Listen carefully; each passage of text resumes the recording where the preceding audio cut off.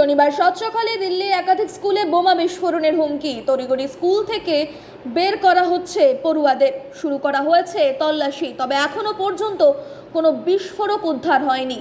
Police সূত্রে খবর, শহরের একাধিক নামী বেসরকারি স্কুলে বোমা রাখা হয়েছে, এমনই হুমকি দেওয়া হয়। তবে এরপরেই তড়িঘড়ি স্কুলের ক্যাম্পাসগুলিতে পৌঁছায় পুলিশ এবং পড়ুয়া শিক্ষক শিক্ষিকাদের নিরাপদে বার করা হয় সেখান থেকে।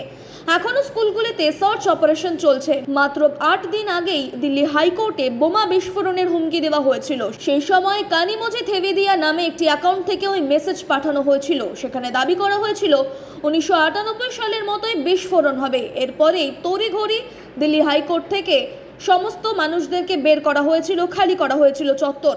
যদিও সেই সময় কোনো বিস্ফোরক উদ্ধার করা যায়নি হাইকোর্ট চত্বর থেকে। কে বা কারা এই ধরনের হুমকি ফোন বা ইমেল করছে সেই বিষয়ের উপর নজর রাখছে পুলিশ। তদন্তকারীরা জানাচ্ছেন, আপাতত সমস্ত স্কুলগুলিতে বম্ব ডিসপোজাল স্কোয়াড পৌঁছেছে। জোর কদমে তল্লাশি চালানো হচ্ছে। পড়ুয়ারা প্রত্যেকেই সুরক্ষিত রয়েছেন।